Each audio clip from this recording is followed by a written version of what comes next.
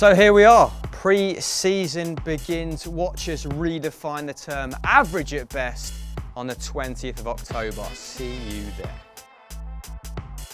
Welcome back to Sunday Vibes, one and all. We're back in the pub. Chris Hamill and what appears to be Bear Grylls drinking his piss are sat next to me. I'm drinking Bear Grylls' piss. Disgusting scenes. Christian but piss. Let's get Expensive straight taste. onto it. The first question comes from Jonathan Blau, can't pronounce it, but he Blau. says, who do you predict to be in the top 4 in the Premier League this season? Now, we did do predictions at the start of the transfer window, and we said we'd revisit them at the start of the season, so let's do Sheepish that. grin on your face. Why is that? What did you say? Because my non-biasness has come back to bite me. I've gone Are you so trying to far play the off opposite. your poor prediction as like a positive here? Well, Yeah. I've basically gone so far against the bias, and I didn't put Man United in my top 4.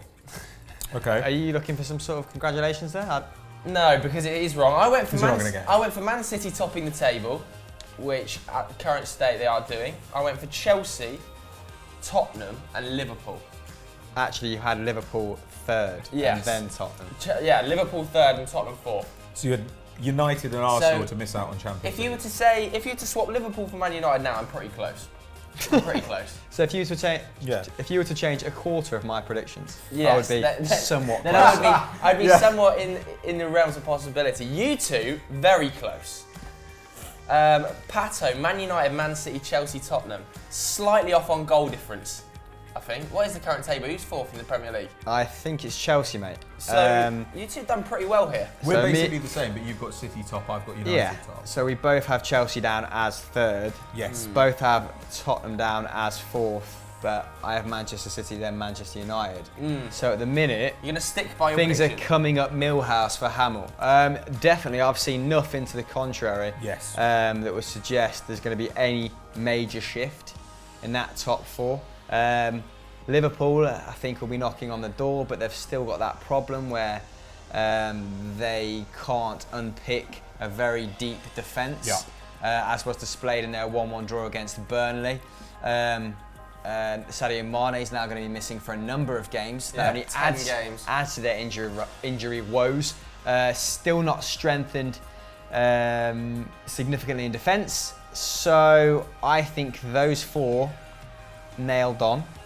You're welcome, and it's Manchester City to lose. Really? You've got United top. You're keeping United top of your table. It's a little bit... There's kind of good news, bad news with United, I feel, at the moment. So on the one hand, the fact that they've remained competitive, despite Pogba being out, and he's going to be out for a while more, though the schedule gets tougher now. United had a very easy start to the season, and it starts to get more difficult now. Yeah. The problem is that when you face slightly tougher sides, so Stoke and Southampton, you've been quite unimpressive. You've still got the wins, but I think United were pretty unimpressive against Southampton, pretty unimpressive against Stoke. But if you can remain competitive with Fellaini out, with Pogba out, then you've still got Ibrahimovic to come back. Yeah.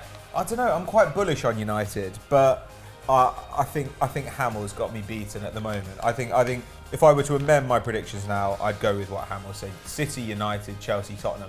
He's absolutely right. Liverpool have shown us nothing. Arsenal, better than I thought, to be honest, but still show me nothing to suggest they're going to top one of those 4 teams. I completely agree. I would definitely stick Chris's predictions. I think Man City, Man United, Chelsea, Tottenham will be the top 4. I think potentially Arsenal and Liverpool battling it out for 5th pretty harshly. I think Arsenal are going to be right close to the top 4 this year. I actually think they've got a really good squad. Actually, one of the few things that could change with my prediction is Tottenham may finish 3rd and Chelsea may finish 4th, but let's see how Chelsea deal with their current injury crisis. Because people at Stamford Bridge are dropping like flies, aren't they? Yeah. They're very short in defence too. Obviously Morata is out for a significant amount of time. Maybe not as long as first feared, which is good because he's in my fantasy football team.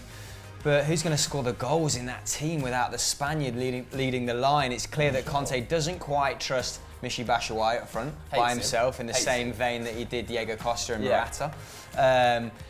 In fact, in the game against Manchester City, he brought Willian on, didn't he, instead of Batshuayi as a straight swap. So it'll be heavily reliant on Pedro chipping in, which he has been doing for the last 20 to 30 games, and Eden Hazard coming in from injury.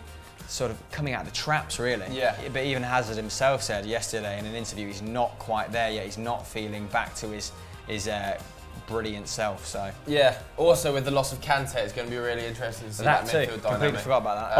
I Good point. think It should be okay, but Yeah, but I think things get more interesting outside the Premier League this season. Like Okay, let's at have the beginning of the some year, odd surely, predictions. well, we'd have all said Real Madrid would win the title. Now Barcelona kind of in the driving seat. We'd have all Similar said to United though, right? They've had an easier start. It's true, it's true. Yeah. And Real have been a little bit unlucky, but sometimes just getting that little bit of luck at the beginning of the season makes a difference in Spain because of the nature of the league.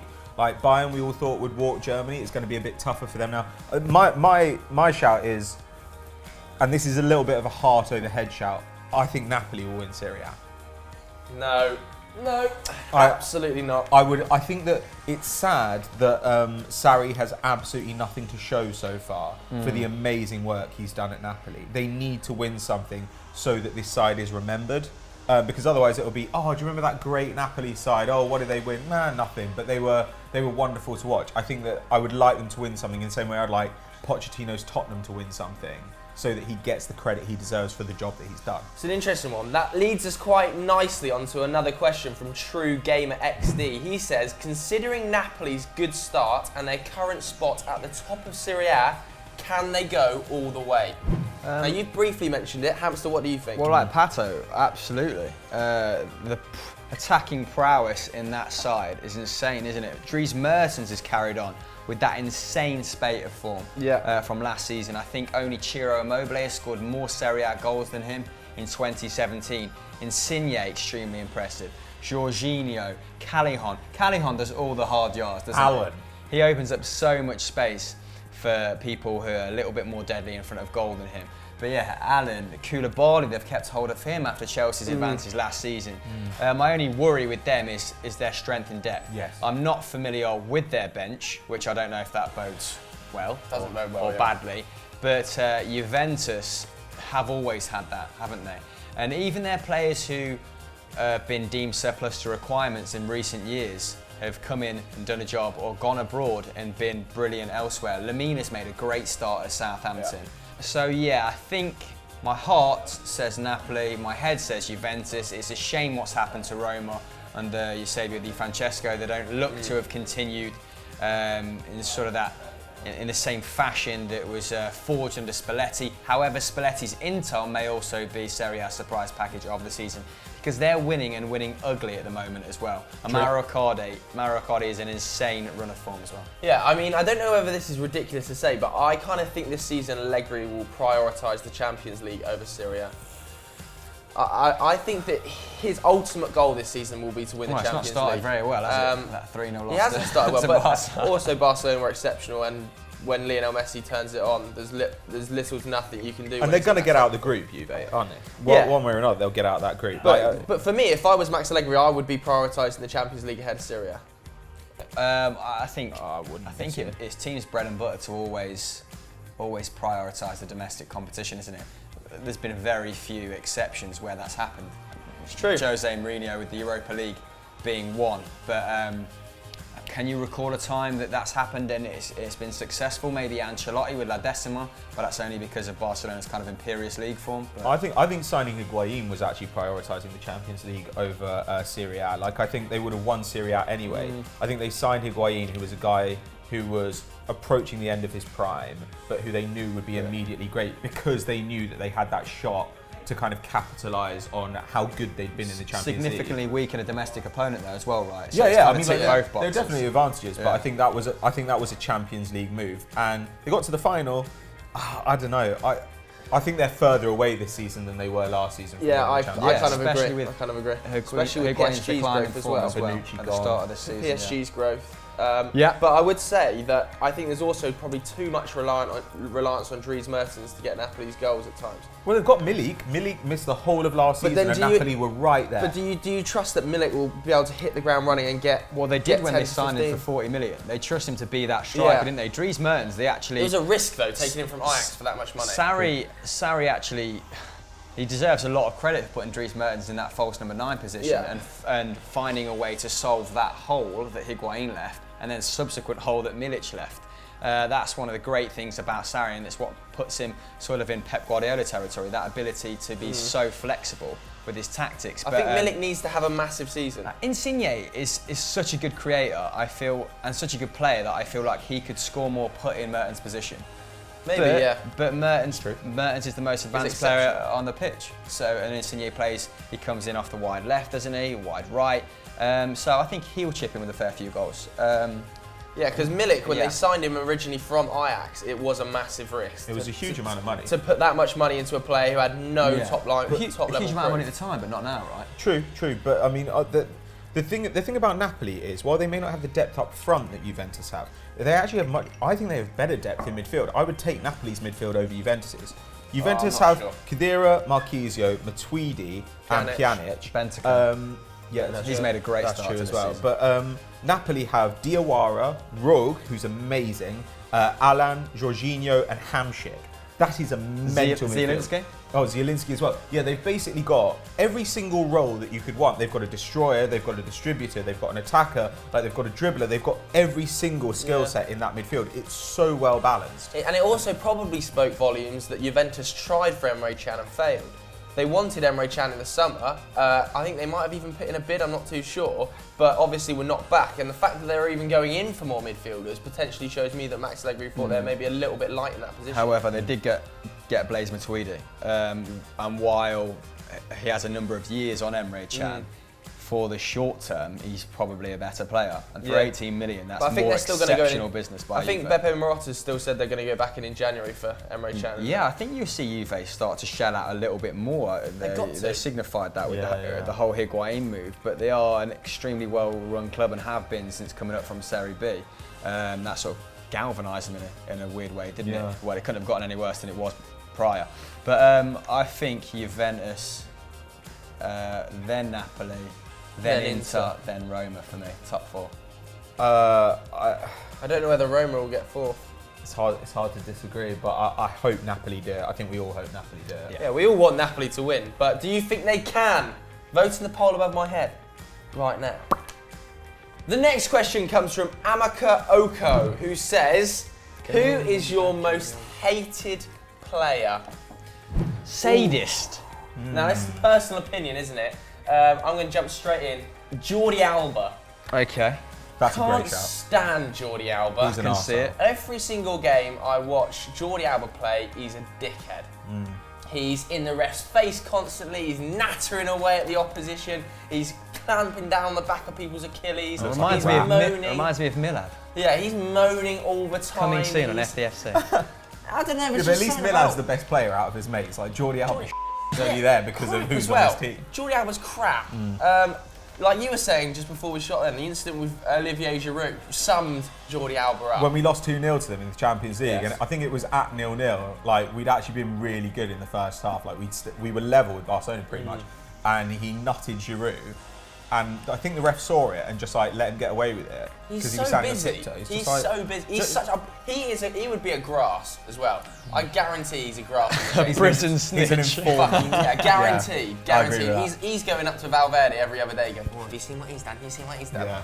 Bitch. He's not wrong. Don't like As soon Jordi as Alba. Semedo dropped Neymar, Yeah. Jordi Oh my Alba God, was just over he goes. Yeah. you want another Bastard. cookie, Ren? What's his name, Randall? Who are you going to get for Hamster? Well, we just touched upon him. I can't be arsed when it comes to football expending emotional energy on hating people. I just choose not to care about them. But one man who comes to Celtic Park time and time again and proves that he's a classy player, but he has no real class, is Neymar. Oh.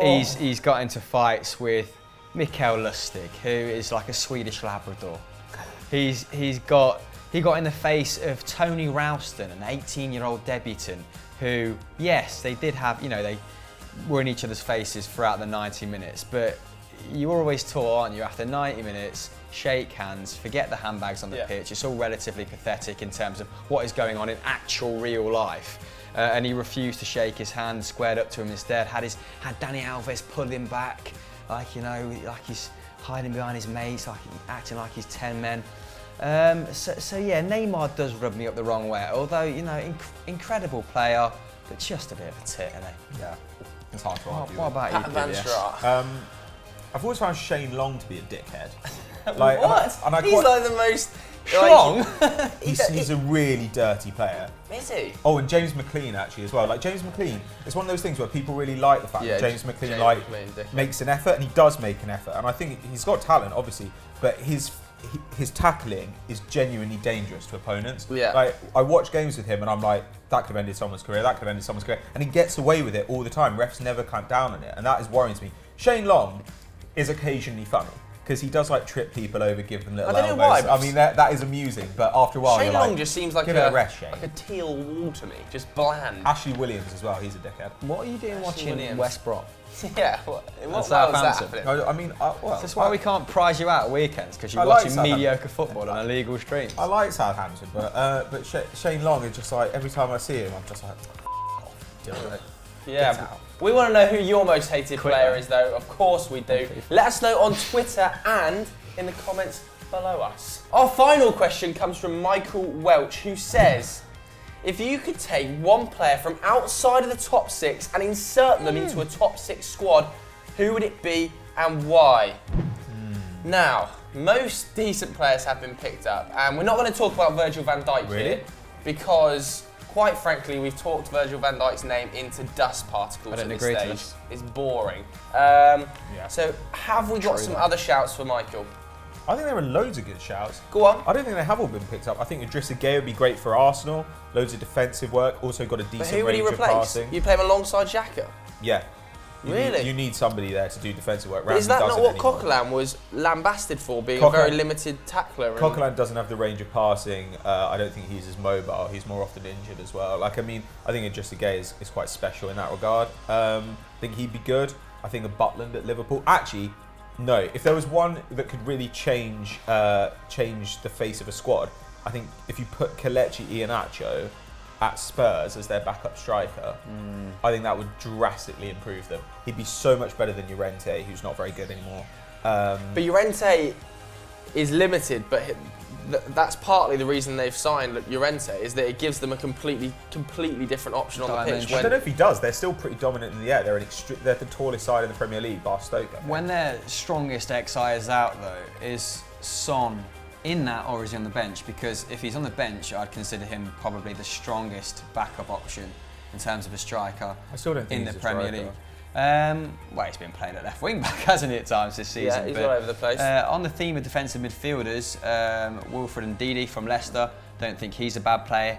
I think I saw a stat where he's the most beaten man in the Premier League this season, but I think he's trying to make up for the absence of Danny Drinkwater. Good player. Obviously playing next to Andy King, who's not an exceptional player by any means, may have attributed to that. Fraser Forster, I think if you put him at Liverpool, Butland, especially... Although he did have a horrible 6 months. Yeah, especially a last season. Fraser Forster of 2 or 3 years ago. Yeah. Prior to that nasty knee injury, he was making 3.5 saves per goal. He was in imperious form, obviously getting into the national setup. Yeah. One of the reasons that Southampton finished so strongly under Koeman, wasn't he? But and Poch, was he there under Poch? Did Poch buy him? Maybe, don't know. Let me know in the comments below.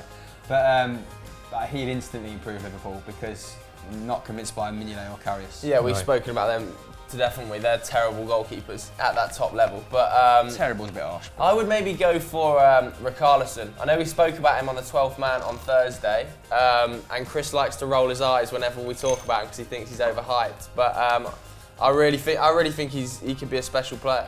Yeah. And I think he'd do a great job in a similar manner to Kelechi Iheanacho as a backup for Tottenham Hotspur. I think that he wouldn't demand game time immediately. He could play Would be across at a the big front club, line, I can suppose. play anywhere across that front line, Works can hard. play as a creator or an out-and-out striker. Tottenham already. Yeah, why not? Mate, I It's don't better think, than Nkudu. I don't think he's well. I don't think he's overhyped. I think people are putting him on a pedestal a little bit too soon. He's had a great start to life in the Premier League. He's adjusted really well from the Brazilian League. What is it, 3 goals and an assist? Yeah. His goal against Swansea was very fortunate though. He works very hard, puts in a lot of tackles for a forward, as Pat said, can play out wide as well. Massive number of shots in the Dovetailed box. nicely with Deeney and with and Andre Gray. But yeah, people are getting a little bit carried away with him. I feel like he's just flavour of the month. Yeah. Really? But I think he will be a good player, but let's not build him up too soon. But we want to know what you think. Let us know your thoughts in the comments below. Ending. So that's all the time we've got for on this episode of Sunday Vibes. Chris, what's happening with Football Daily FC?